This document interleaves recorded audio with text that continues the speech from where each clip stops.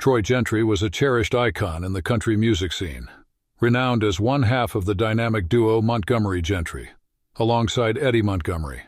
As their fame soared, they often pondered, "If one of us ever goes down, we want Montgomery Gentry to keep going." Tragically, this poignant foresight became a heartbreaking reality. Join us in this episode as we delve into the pilot's negligent mistakes that led to Troy Gentry's untimely death and uncover significant lessons that resonate deeply. In the early 1990s, Gentry teamed up with Eddie Montgomery, another Kentucky native, to form the country music duo Montgomery Gentry. The two had previously performed together in various bands, including one with Eddie's brother John Michael Montgomery. Their shared passion for music and complementary talents made them a formidable team. Montgomery Gentry quickly gained a reputation for their energetic performances and authentic country sound. They signed with Columbia Records in 1999 and released their debut album, Tattoos and Scars, the same year.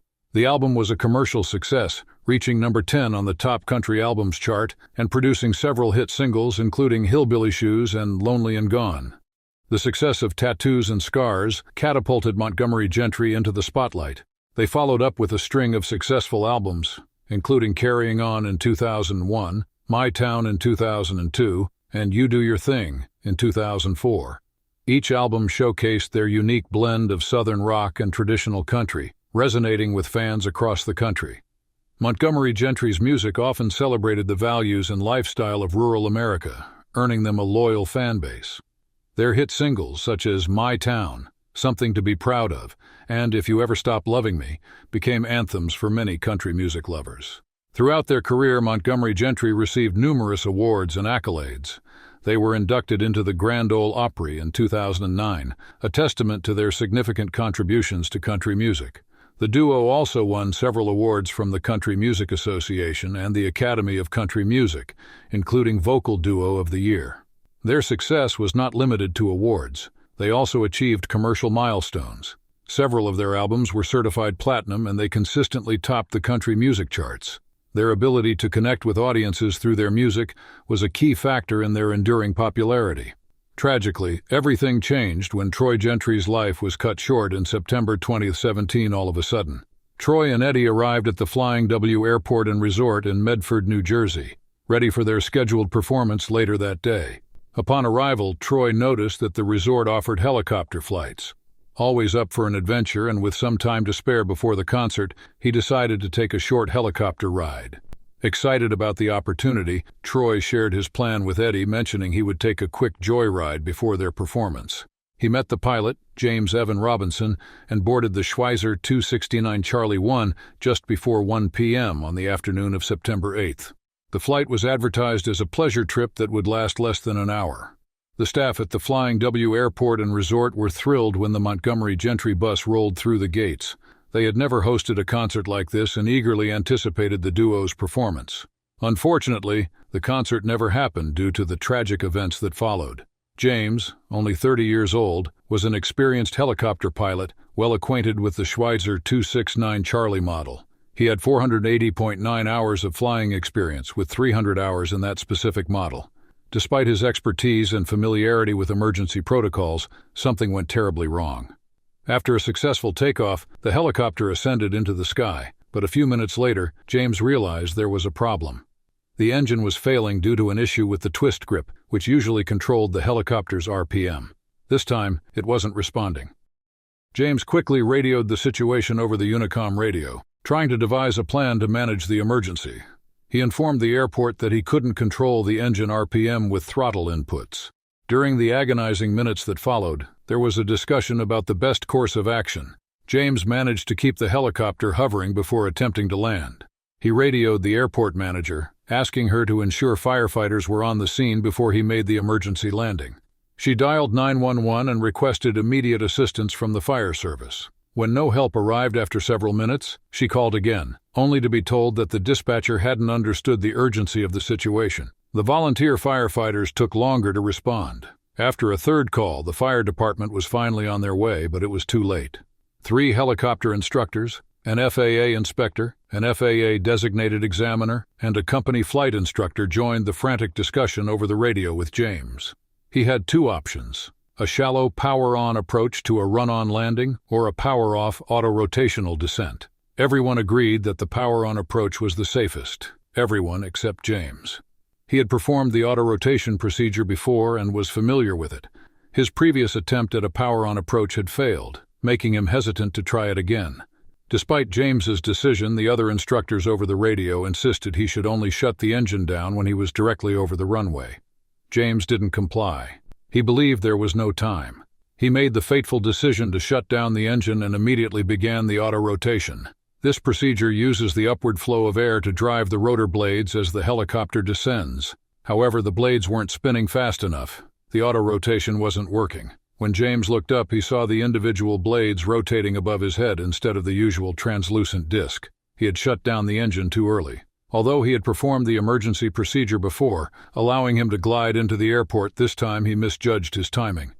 Experts had warned him not to shut the engines down until he was over the runway, but he hadn't listened.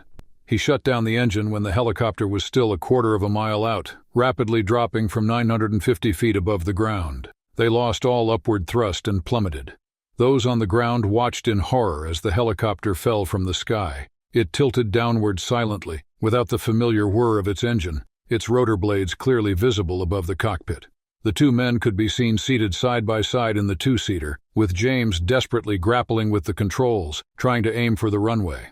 Moments before impact, a high-pitched whine emanated from the helicopter before it disappeared behind a mound. Those at the airport heard the impact, a deafening crash followed by an eerie silence. A plume of black smoke rose into the air, an ominous sign. The helicopter had crashed heavily into some low scrub and marshland, 220 feet from the runway. Witnesses rushed to the site. The wreckage was clearly visible, and rescue teams hurried to the crash site. A 10-foot scar marred the ground next to the wreckage. The cockpit was shattered and deformed. The tail ripped off the fuselage, and some of the blades were bent and twisted. There was no movement in the cockpit. James had no pulse, and Troy was in critical condition. He was rushed to Virtua Hospital. Eddie followed him there, his heart in his throat, hoping and praying that his best friend of 30 years would survive. Tragically, Troy succumbed to his injuries with Eddie by his bedside. He was just 50 years old. The NTSB released its final report on the helicopter crash that killed Troy Gentry on December 4, 2018. The report indicated that the crash was primarily caused by pilot errors. Specifically, the pilot, James Evan Robinson, experienced a mechanical failure with the helicopter's throttle control, which prevented him from adjusting the engine RPM. Despite recommendations from other instructors to delay shutting down the engine until over the runway, James decided to perform an auto-rotation descent from an altitude of about 950 feet, approximately a quarter to half a mile from the runway. The auto-rotation procedure is a critical emergency maneuver for helicopters, allowing them to land safely in the event of an engine failure. During auto-rotation, the main rotor blades are driven by the upward flow of air rather than engine power. This process is essential for maintaining rotor RPM and ensuring a controlled descent. In this accident, the auto-rotation procedure failed because the rotor blades weren't spinning fast enough. This insufficient rotor RPM led to a loss of lift and an uncontrolled descent, ultimately resulting in a crash. Auto-rotation relies on the aerodynamic forces generated by the upward flow of air through the rotor blades. When the engine fails, a freewheeling unit disengages the engine from the main rotor, allowing the rotor to spin freely and maintain RPM through the airflow generated by the helicopter's descent. Maintaining adequate rotor RPM is crucial during auto-rotation. If the rotor speed drops below a certain threshold, the blades cannot generate enough lift to control the descent. This can lead to a rotor stall where the blades cease to rotate effectively, causing a rapid and uncontrolled descent. Several factors can contribute to the loss of rotor RPM during auto-rotation, including improper pilot response, mechanical failures, or adverse environmental conditions. In this case, the blade's insufficient speed was likely due to a combination of these factors. Pilots must react quickly and correctly to maintain rotor RPM during auto-rotation. This involves promptly lowering the collective pitch to reduce drag and allow the rotor blades to spin faster. Training and regular practice of auto-rotation procedures are essential to ensure pilots can respond effectively in emergencies. Further investigation uncovered another factor that contributed to the tragic incident. The maintenance checks conducted before the flight were deemed insufficient.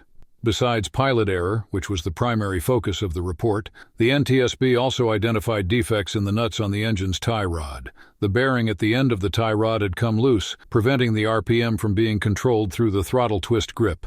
Ensuring that all mechanical components, especially those related to the rotor system, are in optimal condition is vital. It's unfortunate that regular maintenance checks, which could have identified and rectified potential issues, were not performed adequately, leading to a failure during auto-rotation. Pilots should also be aware of environmental factors that can affect auto-rotation, such as wind conditions and terrain. Understanding how these factors influence the helicopter's performance can help pilots make better decisions during an emergency descent. Utilizing flight simulators for auto-rotation training can provide pilots with realistic scenarios to practice their responses without the risks associated with actual flight. This can enhance their ability to handle real-life emergencies more effectively. And that's the end of our episode today. If you find it useful, don't forget to like and hit the subscribe button to see more content like this in the future. Thank you for your support.